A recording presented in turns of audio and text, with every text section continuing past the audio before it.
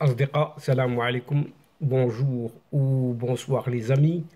J'espère que vous allez bien partout où vous vous trouvez. En tout cas, c'est ce que je vous souhaite et pour le meilleur de toutes les situations et de toutes les circonstances, bien sûr.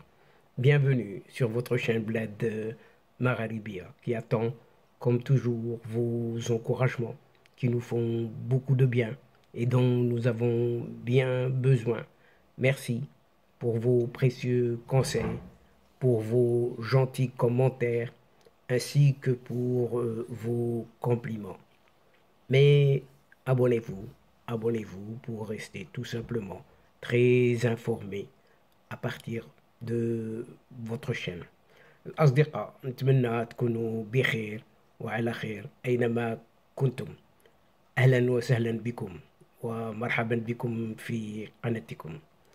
Cette séquence vidéo se penche sur une certaine couverture sur ce séisme au Maroc donc, couverture par les médias anglo-saxons et de l'autre côté français, dont les premiers, les anglo-saxons, font du journalisme pur et les seconds, du côté de cette chère France, eh bien, ils font du règlement de compte, du tape-dedans. Depuis ce terrible tremblement de terre qui a frappé le Maroc le 8 septembre dernier, la presse française n'a cessé de multiplier les attaques, les insinuations quant à un pseudo-refus du Maroc d'accepter, oui ou non, cette aide française sans laquelle, faut-il croire, que ce royaume marocain ne pourra pas surmonter cette épreuve. Mais du côté d'une certaine presse américaine, on ne voit pas la situation sur ce terrain ou sur le terrain de la même manière. Une étude juste comparée, toute petite, de deux lignes éditoriales que tout oppose, à l'instar de ce qui est appelé le jour et la nuit. Le traitement médiatique accordé par une certaine presse française au séisme qui a frappé le Maroc a choqué les Marocains et les Marocaines à forte raison.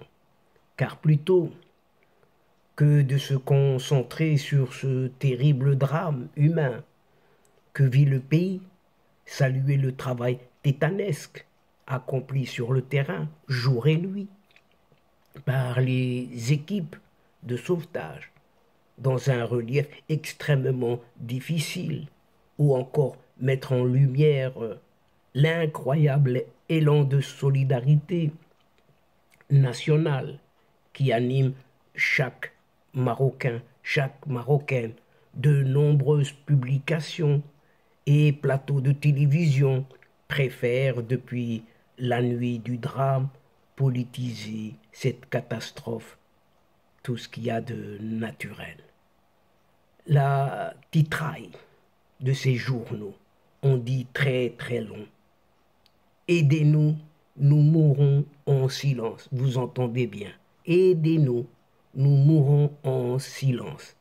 C'est ce que titrait sans vergogne un journal français, Libération, de son nom.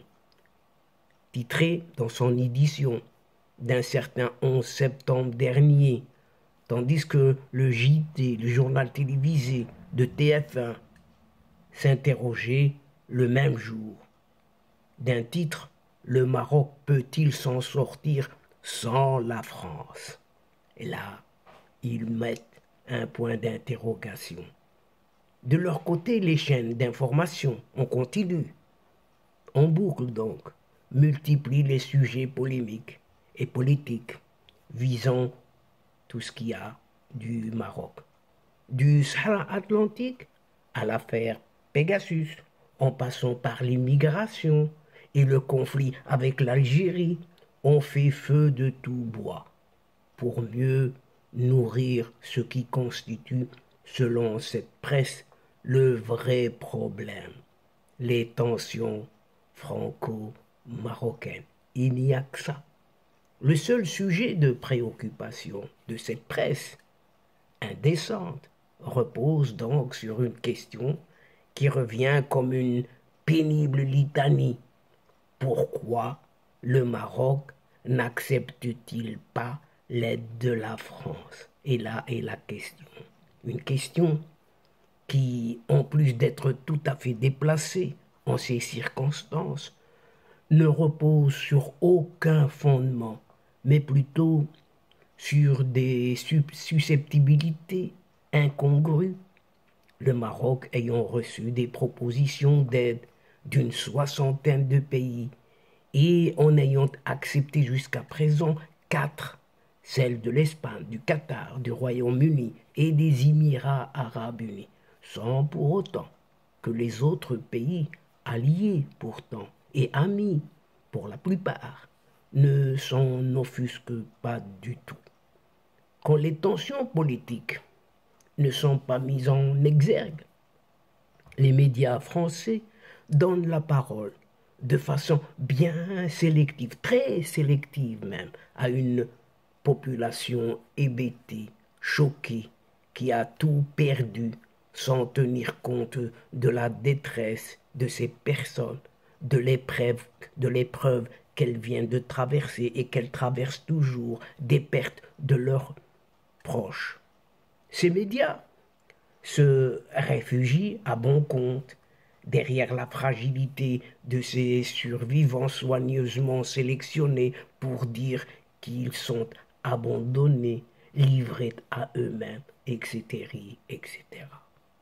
Pour mesurer une certaine dérive d'un journalisme qui fait son beurre, quoi, en instrumentalisant des drames humains pour mieux faire souffler un vent de discorde, que ce soit entre la France et le Maroc, mais aussi au sein même du Maroc, entre les Marocains et les institutions, leurs institutions de leur pays. Il convient de comparer le traitement médiatique fait par ces médias d'autres pays, notamment les États-Unis.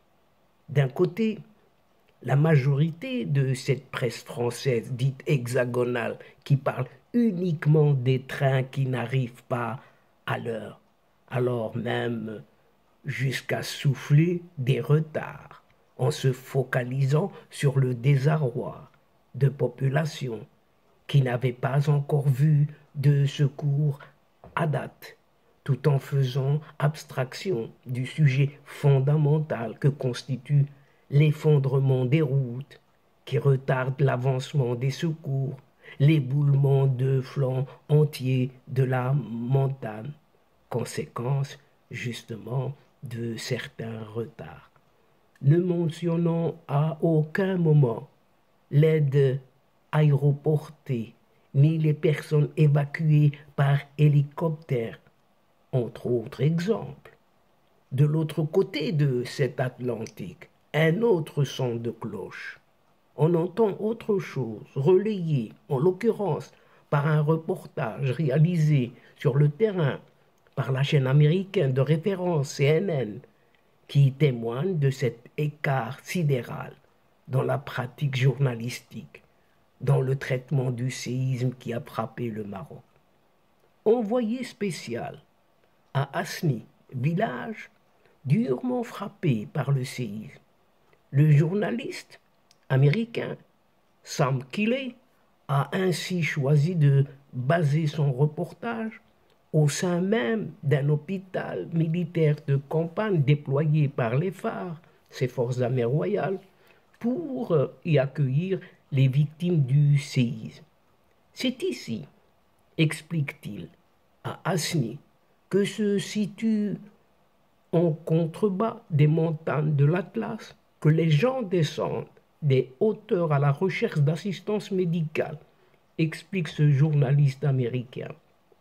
Déambulant au sein de l'hôpital de campagne, l'envoyé spécial poursuit sa description de l'endroit pour mieux témoigner des services qui y ont été déployés, lesquels attestent du savoir-faire et de l'expertise justement de ces phares sur le terrain dans ce genre de situation.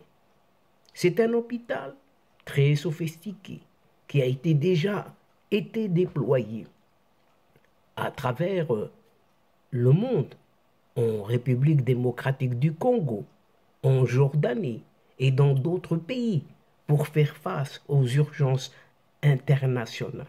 Mais ici, ce sont des urgences locales qui ont traité, explique toujours ainsi ce même journaliste américain.